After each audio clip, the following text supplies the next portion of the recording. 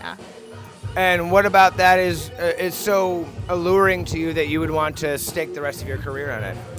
I think it's the safety aspect. I think it's the idea that there is a person in the room whose whole job it is to help keep the actors safe. We see this with intimacy directors as well, which is like a very new and flourishing part of this industry that came out of the need to have a fight choreographer, and then we had a need for intimacy as well. But I think it's the safety aspect of being able to be that person in the room to speak up for other actors who are probably there and want to say yes and want to be a good actor and might put themselves in unsafe situations because of that attitude. And having a fight choreographer there or an intimacy choreographer there is a voice in the room for those people to help keep them safe.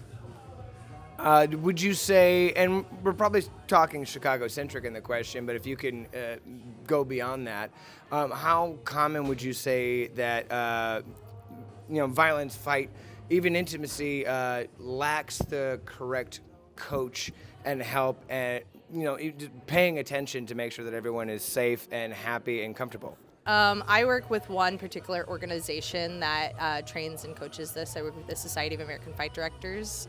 There are many, many different organizations that do this work, and a lot of martial artists who also train. Like, you're training in a martial art, but there's still a lot of like thought and compassion and safety that goes into that relationship between teacher and student when you're in those spaces. I find that it is, if you are producing a play or a film that has violence in it, it is your job as the director to make sure that everything is being run smoothly and professionally.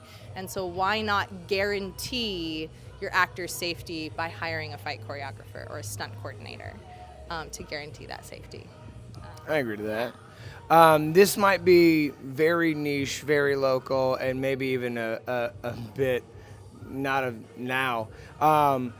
How do you feel about the now defunct People's Theater that just encouraged all of their actors to just hit each other in the face, including Michael Shannon?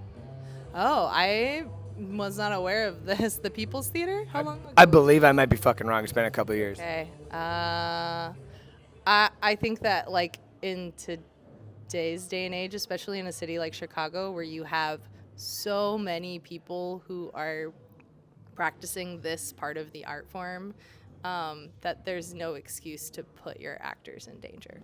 What if their excuse, reasoning is for realism? That's not a good excuse. Anything to other to ask.